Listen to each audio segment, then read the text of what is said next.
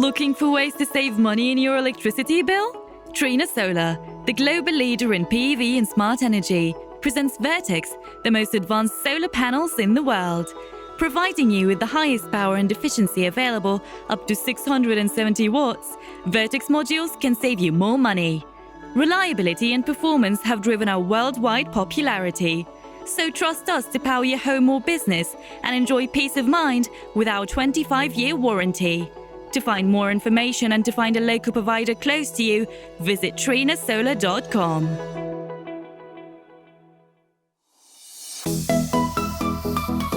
Dear friends and listeners, welcome to a new episode of Energizing Africa. As we all know, the potential of energy in Africa, especially when we talk about renewable energy, is enormous. Yet, only a fraction of it is being currently utilized. And Energizing Africa is a talk show that's brought to you by Trina Solar, the world's leader in PV solutions. And Energizing Africa is designed to help African states to take this decisive action and turn around the narrative to light up and power Africa, to accelerate the pace of economic transformation, to unlock the potential of business, and to drive much needed activities and industrialization to create jobs across Africa. And today, we're going to tackle the usage of renewable energy, of solar energy, in a very specific sector, in a very critical and important sector in Africa, which is the residential sector. And as we know, every episode we are being joined by an expert from Trina Solar, who is going to walk us through the scene, how the technology is helping us to better utilize the resources we have across Africa at each and every sector. And since we're talking about residential sector, so we had to go to the experts. And in this episode, we're very much happy to be joined by Sam Ogunniyi, Regional Sales Manager for Trina Solar. And Sam has a very specific focus on Africa. So we're excited to welcome Sam to this special episode from Energizing Africa. Hi, Sam. Hello, Sama. How are you? Yeah, I'm doing very well. Are you? I'm very well, and I'm excited that you're joining us today from Nigeria. Yes, same here. I'm very excited to join this session, and of course to hear to say what I know about the industry sector and all that. And yes, it's a very exciting topic, and yeah, I'm very excited to be part of it. So before we start, very big, fat hi to all our listeners and our friends in Nigeria. And definitely thank you so much, Sam, for taking the time to be with us today. Thank you, Sama. Thank you, Sam. Okay, Sam. Yeah. As ever, and as we do in the beginning of every episode, would you please introduce yourself and your profile so that we get to know you better? Okay, thanks. So as you mentioned, my name is Sam, and I represent Trina Solar for Middle East and Africa, and of course with specific focus on the West and Central Africa markets. So I think my solar journey, my experience into solar, my solar experience started about 6 years ago. And before that time, I think maybe probably just a recap of what I've done before joining, because before my journey into the solar industry. So notably, I think I was in MTN Nigeria. MTN Nigeria is one of the biggest tech companies in Africa. Yes. Yeah, the big yellow company. So yes, I was there.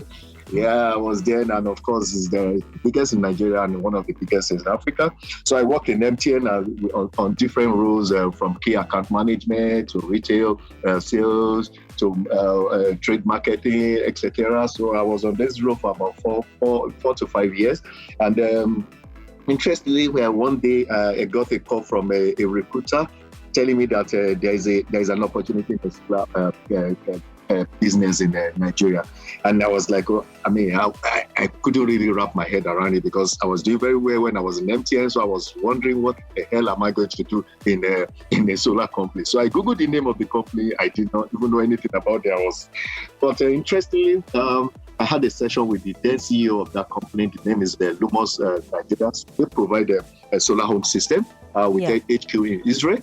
So I had a session with the then CEO, and within a space of 2 minutes, when he was sharing his idea, what he wanted to do, his vision and all that, I was like, oh, I think I got connected to his dream, to his vision. And yes, so that is how I found myself in the renewable energy sector. And I think for the past 6 years, it's been a very exciting journey. I started with Lumos Nigeria as the pioneer head of sales and marketing for Lumos, which were the key responsibilities of what I was meant to do is to define the road to market. And of course, Lumos was selling solar home system to the bottom of the pyramid and those in the middle class and all that. So yes, I did the road to market. We have to put on a team that is going to drive the project and things like that. And it was very exciting journey from starting from selling from one state in Nigeria to selling across all the states across the country. So that's how I got myself into the renewable energy section. And from then, after then, I moved. I joined one of Trina's competitor. Earlier on, I worked with Jinko as a sales manager for Nigeria. And of course, specifically what I was meant to do was to drive sales. So the interesting thing about what I did in Lumos and in what I'm doing now is that way back then, the people were reaching out were those at the bottom of the pyramid, the solar home system that could power small appliances and all that. But whereas I've scaled up in terms of skills, in terms of knowledge, in terms of understanding of the market, whereby now I focus more on utility, residential, and big projects within the continent. I've been in Trina Solar for over a year, and to be honest, it's been a very, very exciting journey. It shows in your voice, Sam. Yeah, it's very exciting. It shows. So one of the high moments of my journey in Trina Solar is the fact that before coming to Trina, I never saw any project that was up to 1 megawatt and all that. So I was dreaming. When I read in the news and everywhere, people, celebrating that, they've signed megawatt of project and all that. I was like, oh my God, when is it going to happen? When am I going to do this? But I'm very happy to say that my first 1 megawatt, 5 megawatts, and this project I started in Trina Solar. So it's very exciting. And I hope that within this year I'll be able to sign. There are some projects I'm working on, 50 megawatts, 100 megawatts, and I hope I'll be able to bring them up this year.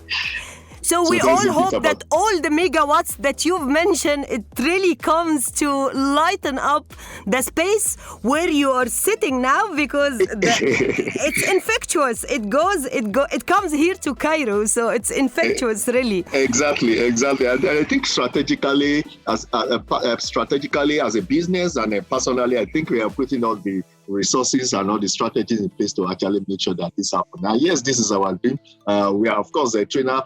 We are one of the leading manufacturer in the industry. We are the leading, and yes, we want to consolidate all this. I want to keep holding the grips especially within the African market. Perfect. Yeah. Perfect. So as we were talking before we start the interview, that we can say that this is the right topic for the right man in the right time. And definitely Africa is the right place. So you're lucky, and I think we all should thank the headhunter who attracted you from the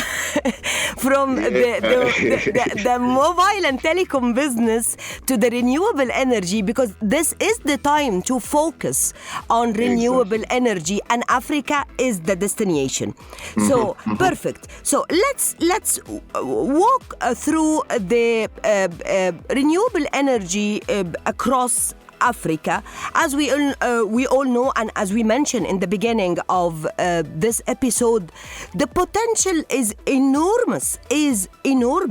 So what are the challenges that face Africa and that is kind of hinder Africa from realizing the potential and utilizing all this capacity that we enjoy? Okay, so thanks. I think, as you rightly mentioned, the potentials and the opportunities within the continent is endless. We are just beginning to scratch the surface, especially if you look at some of the sub-regions, the West Africa, the East Africa, the Central Africa, apart from maybe North Africa that have gone a bit ahead of everybody, and some part of Southern Africa. So the opportunity is endless, and again, we are just scratching the surface. And if you look at a lot of solar activities, a lot of developmental activities that are going on globally around the world in terms of investment, destination, what have you.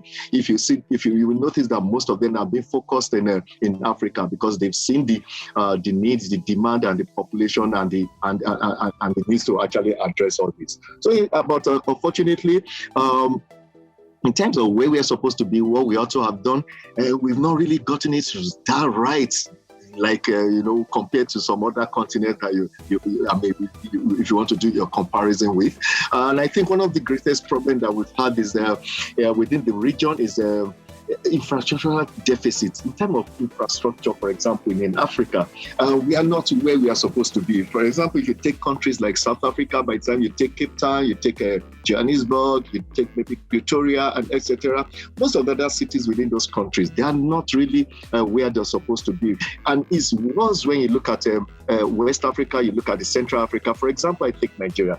If you look at the moment you take away Abuja, you take away Lagos, then every other cities, you come to Abuja, you're like, wow, this is it's an amazing city. It's a big city, and everybody, there's always that tendency for everybody that coming to the city for the first time to fall in love with the city.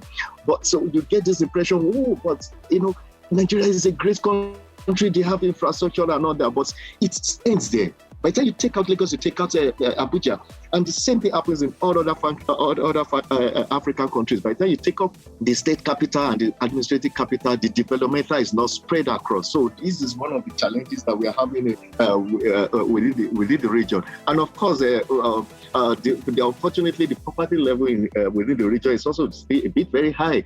Yes, the World Health, the UN, and every other international organizations are doing everything possible to actually close this gap. But the reality is that these gaps are still there. So you look at leadership also, is also one of the challenges until recently, where things are getting a bit more stable. If you've been following the trends of what's been going on, especially in the West Africa country, Mali, Guinea-Bissau recently, military are taking over. So political instability has been one of the challenges that we'll be having. So those are the challenges that African countries have been having, that we have not been able to actually attain the level of development that we are supposed to have. And again, if you compare what is happening now to what has happened in the last 10 years, 15 years, 20 years, you can actually see that, yes, there are some improvement. And we are hoping that those improvements will actually continue like that. So that stability, political-wise, security-wise, and infrastructure-wise, things can get more stable, and we can have a better, the dream continent that all of us are hoping for.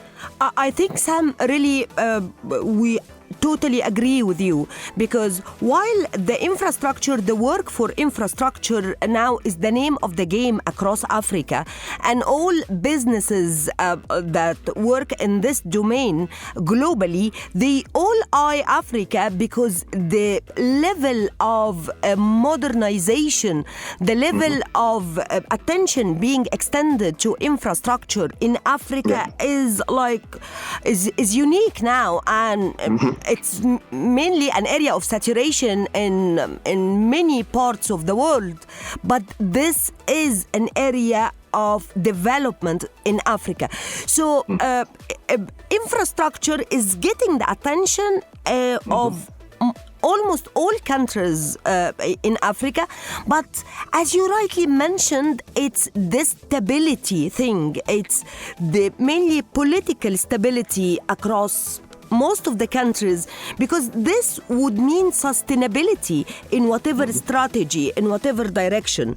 So I hope that we started to see some really commitment to from all African states to the 2030 targets, and I hope this would definitely lead to a more attention being given and priority just to walk the talk. So priority should be really given to the energy sector, and on top of that, that's the renewable energy.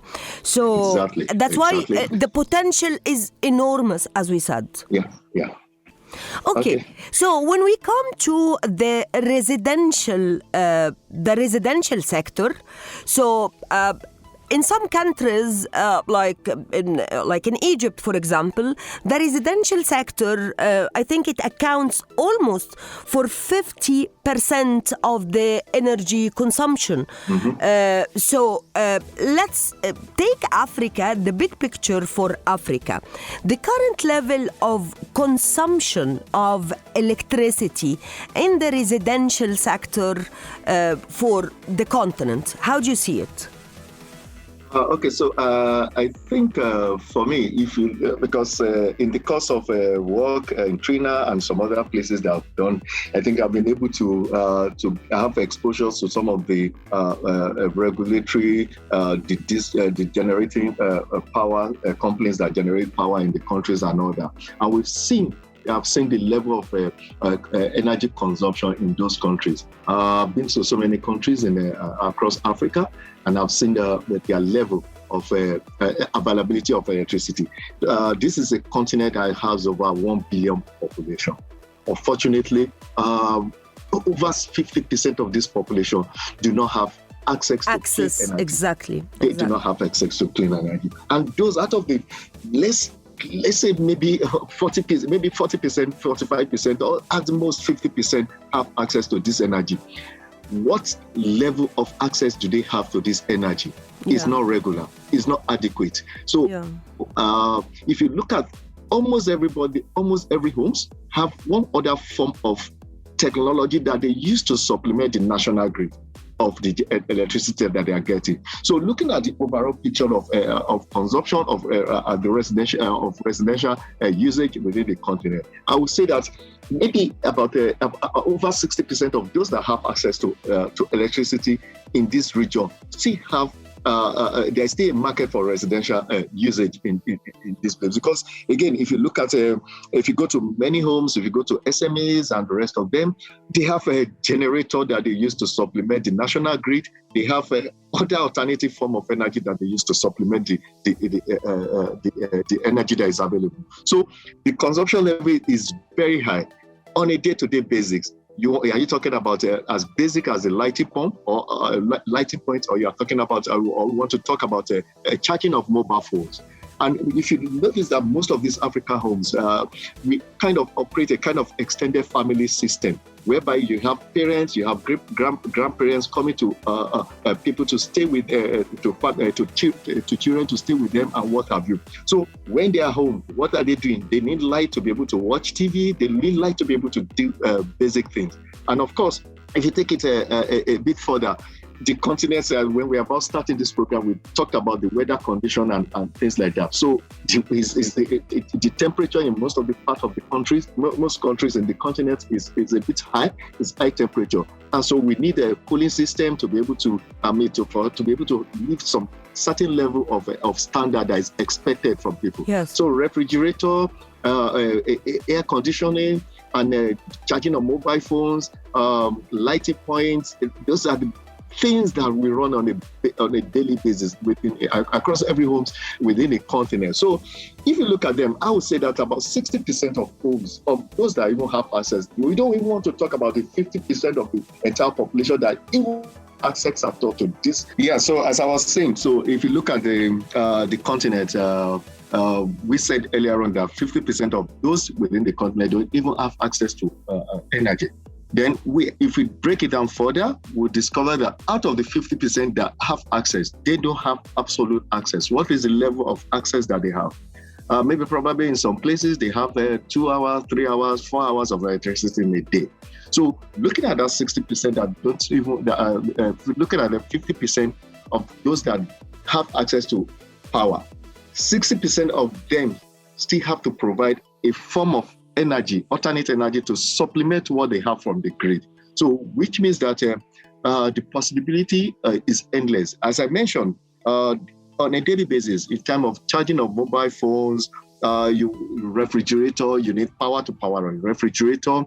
The weather climate condition is very hot, so you need to power your cooling system and things like that. So the opportunity and the potential within the continent is huge and is almost endless. And I'm sure within the next 20 years, 30 years, even if we take concerted effort to fix it every day, the opportunities are going to still be there for us to fix.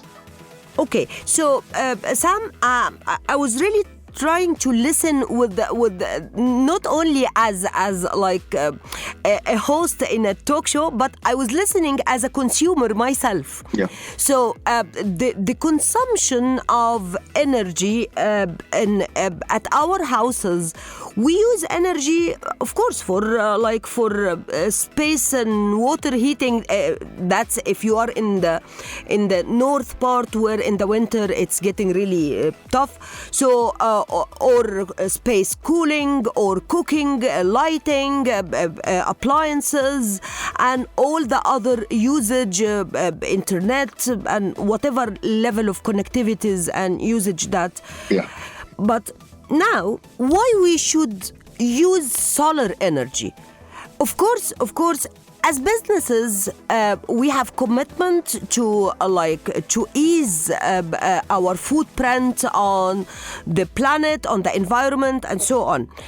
So as businesses, we have commitment, we have targets to reduce, as we said, emissions and footprint and so on. Mm-hmm. But as individuals, we all know we are moved by the bills. So. Mm-hmm.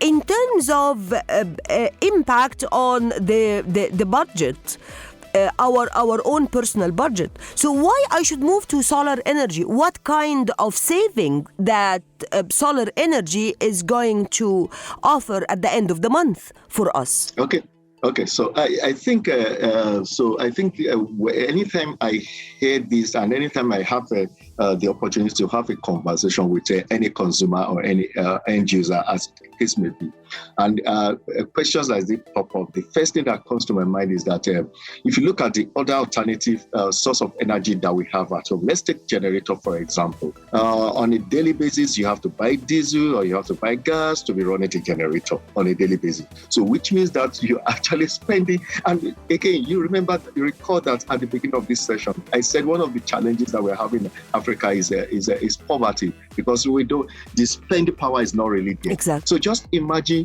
you taking out of the little that you have, you want to use it to spend it on a daily basis on energy, on alternative energy that is not even clean.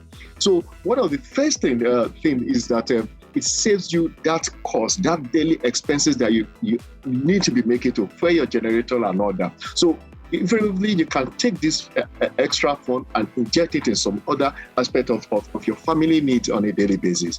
And of course, if you look beyond that, maintenance is another area that you are going to save a lot, because practically there's in the sector, there's this general saying that the cost of maintaining a solar energy is almost zero.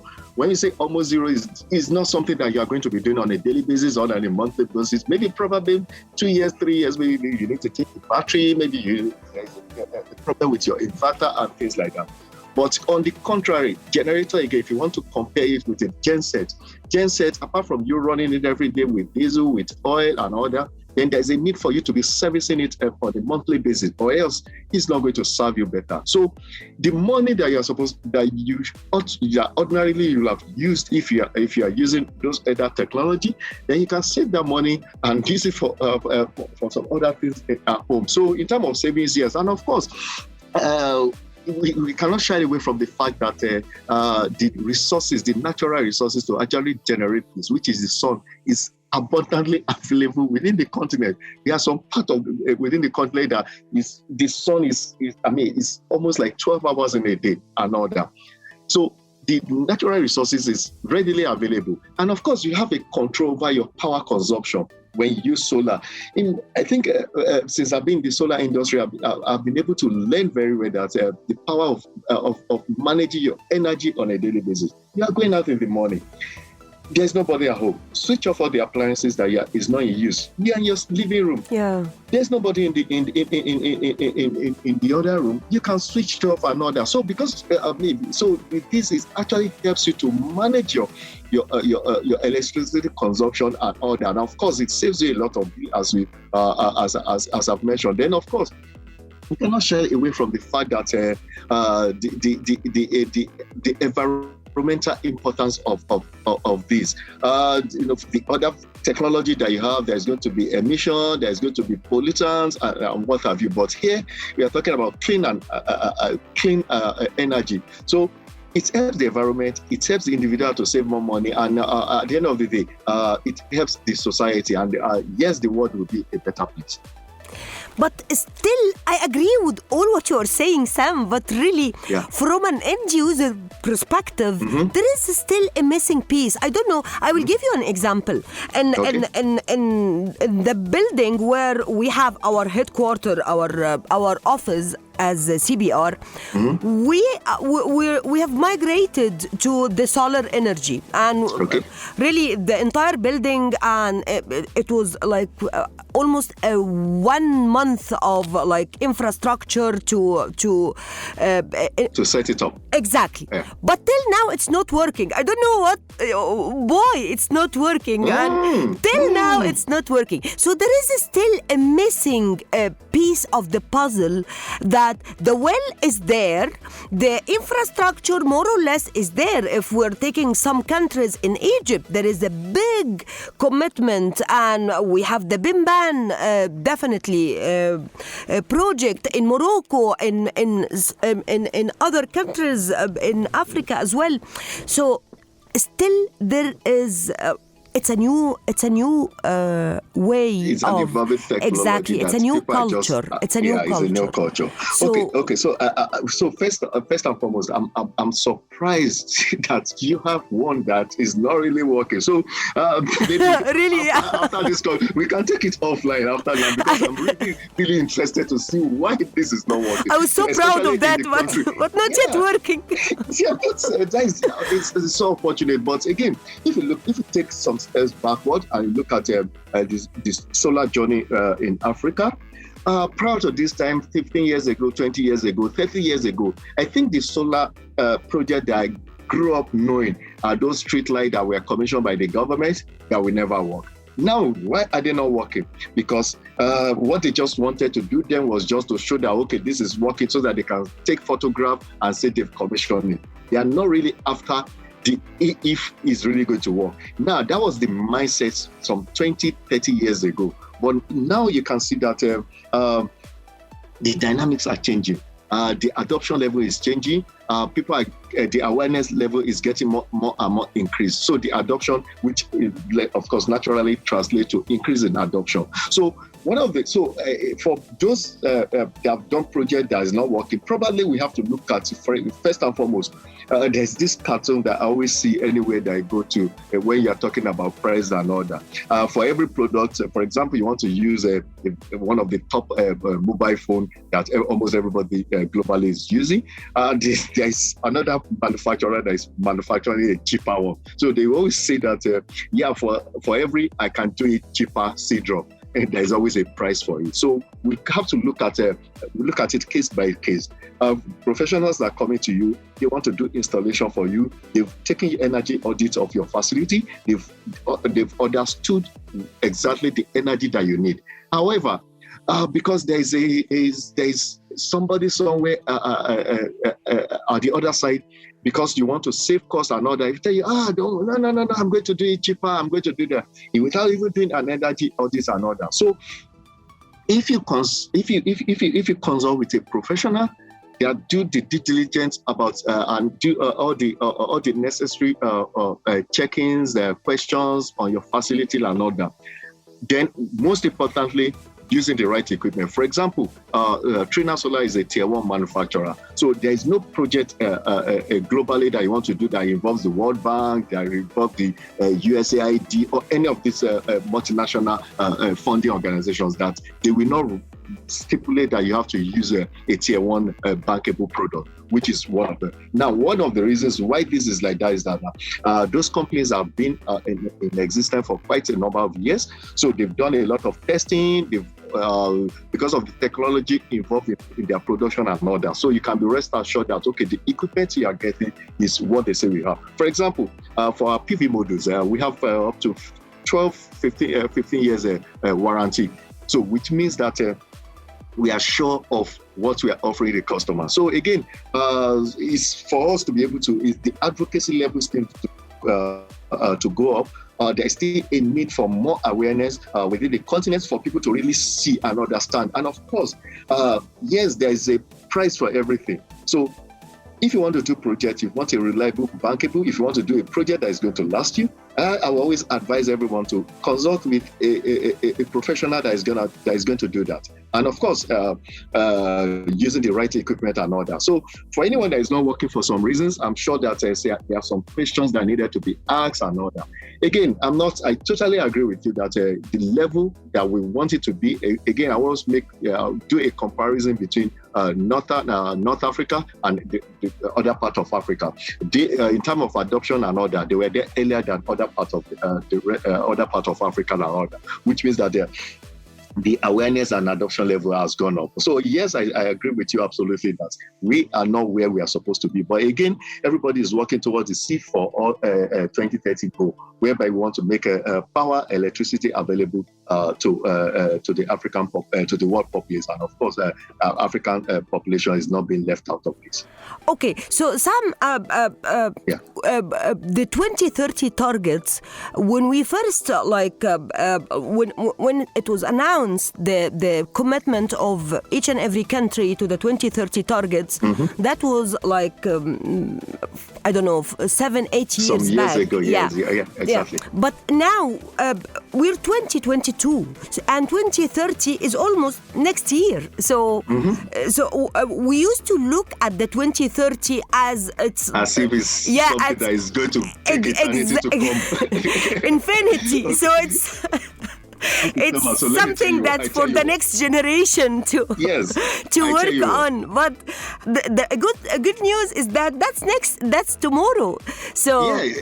So the thing is that I tell you what, yes, the whole project started some years back, and when it started, as you rightly say, it was as if 2030 is generations to come and all that. But hey, it's just around the corner. But the good news is that in terms of adoptions, in terms of progresses from countries and what have you, we can see that we are progressing toward that. Even in most of the other African countries that politically they don't have the political will to actually do that. They don't have the financial will to actually do that. We can see a lot of funding, a lot of investors funding being made available for this. Almost all the countries have set up a rural electrification agency, for example, which is in charge of providing power for the people in the rural community and all that. So, and of course, the World Bank, there are a lot of grants, there are a lot of funding that is being made available to this. So, again, if you look at some countries, I give you, for example, if you look at the Democratic Republic of Congo, before now they were not really doing anything in terms of a solar project and all that. But from the feelers that is coming in from the industry, and because of the activities that is going on in that country, most likely within this West Africa, Central Africa sub-region, it is one of the countries that is going to get to that gigawatt club, whereby they have a project that's going to be about 1 gigawatt. So we are already approaching that. And we have some other countries.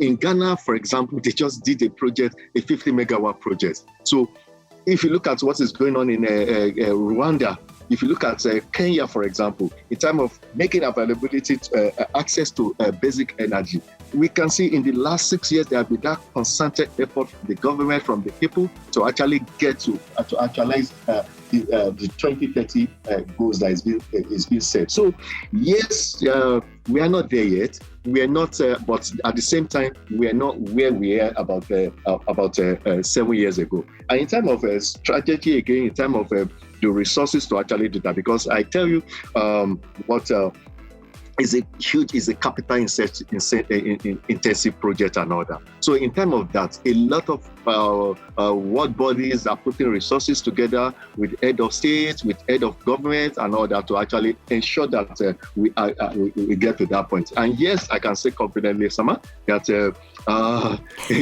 lot of countries are going to cross that line, looking at the timeline that we set for ourselves. Sam, if I'm asking you, where do you see the next success story in the transformation or the adoption of solar energy, dependency on solar energy? Okay. Well, you've mentioned some very good, bright examples in Congo, in Rwanda. So where do you see the next success story would be coming from? Okay, so I think, again, following the potential project that is being announced by different countries across and all that, and looking at, again, I always say that I don't want to talk about Tunisia, Egypt, I don't want to talk about Egypt, Morocco, because they've gone far ahead. So we want to look at, those are countries that, South Africa, those are countries that have done they have joined the Gigawatt Club and all that. But again, looking down, to other countries. If you take, I think the destination is actually going to be the western part of Africa. Okay. There are a lot. Again, I mentioned that there are a lot of activities coming up in DRC. They have multiple projects that is coming up. Ghana just completed a floating solar sometime last year, which is a 50 megawatt. They are adding another 100 megawatt to it this year. So we can see. So in terms of development, in terms of opportunities and all that, I think more are going to come from western part of the African continent, because I think that part has permit me to use the word, a catch up to do with the rest of the region. Okay, so the next question, Sam, is the first part is like, a bit, we want to move to numbers now. We have been on the qualitative, so let's move to some quantitative, like data. Okay, so if I'm asking you about the market size of solar energy in Africa, 2022. Wow. So I think this is, I think I would say is potentially, I think we have about over $30 billion transaction that is going to happen. Wow. It's really a huge project, because if you look at the monetary value, if you check the monetary value of some of the projects that I may mention about another, some of them in terms of the monetary value, we are talking about 20, 30, 40 billion USDs for a single project, and we have multiple of those projects coming up. Of course, it's not all of them that is going to get started this year and going to get completed this same year. But again, billions of dollars opportunity within the sector. And again, don't forget the fact that we said earlier on that in terms of the population, the people are there to actually, and the need is there. So yes, and with the access is not there. So again, it's a very huge market that, and that's why again you see a lot of investors, you see a lot of companies setting up infrastructures within the region. For example, if you take Trina Solar as an example, sometime last year, we did an aggressive expansion into the African market, whereby I joined the team. I sit in Nigeria, covering some part of the Africa continent. I have a colleague that sits in Nairobi, Kenya, and of course there is another one that sits in Morocco. So we've seen this potential, we've seen this opportunity, and as a business, we are willing not only to key into this, but to be able to impact the lives of people living in this continent. What a lucky team and what a lucky business.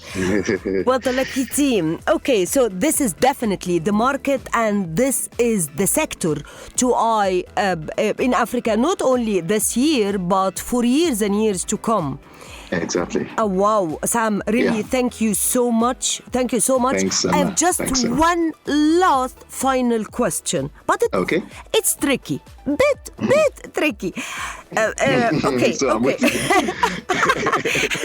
Get ready. So let's have it. I hope I'll be able just to warm up. Okay, so Sam, what is your target for 2022? I don't want to know the numbers. I don't want to know numbers. I just want to know like the growth, just to see the potential and how hard and how aggressive is Trina Solar focused on this promising market in Africa. Okay, so when we started, let me just take a step back to when we started 2021. So at the beginning of 2021, Trina Solar globally, I think we were rated number 4 in terms of shipment and all that. Looking at the antecedent of what we did the previous year. And as a business in Africa, what we said at the beginning of the year is that we actually wanted to move from that 4th position to the first 2 positions and all that. And we have to put heads together, we have to strategize, we have to look at the market trends and all that. And I'm happy to say that that target that we set for ourselves, we are able to achieve it.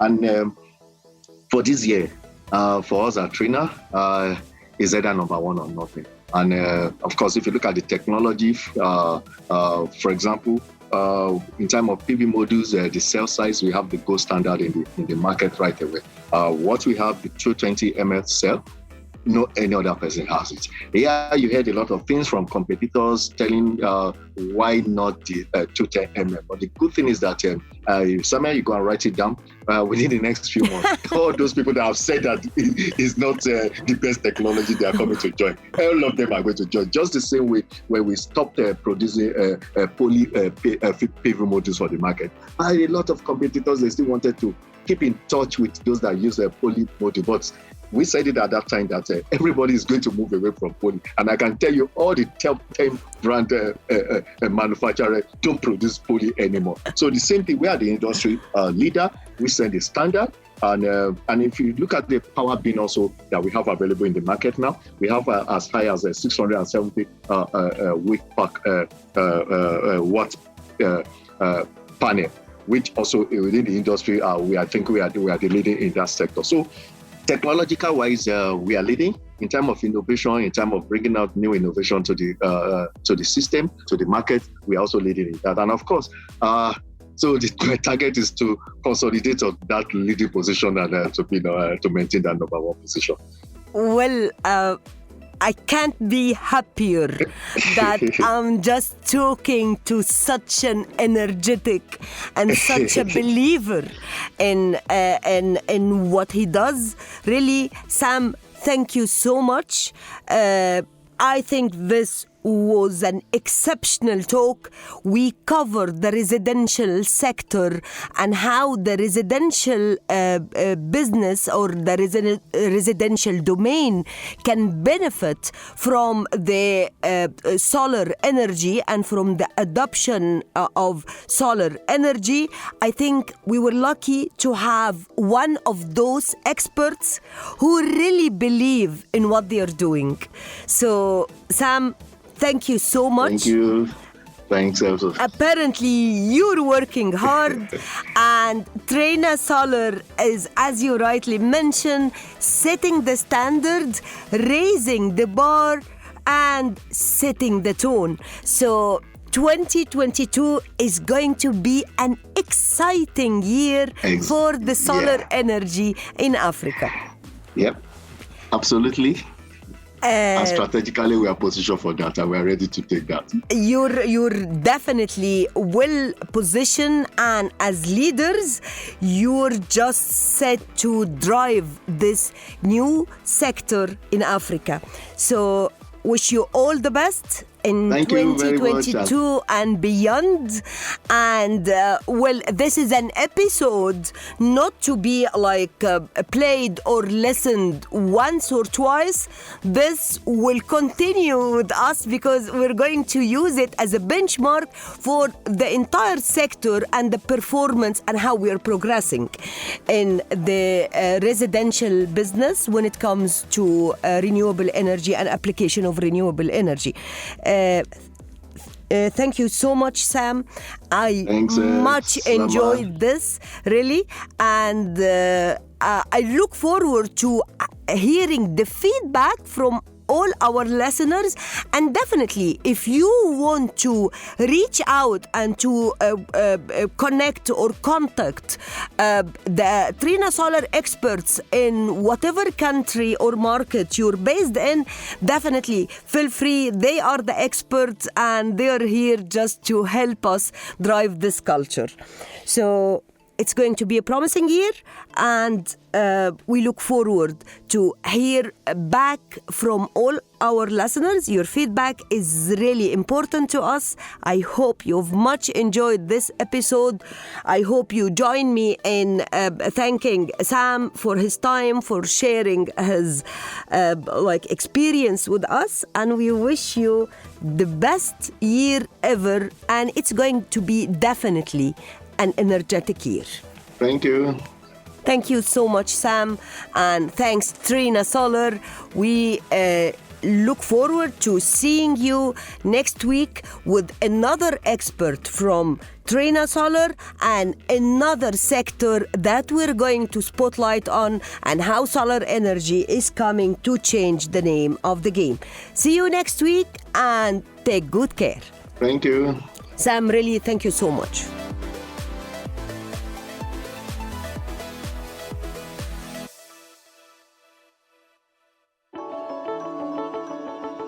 Looking for ways to save money in your electricity bill? Trina Solar, the global leader in PV and smart energy, presents Vertex, the most advanced solar panels in the world.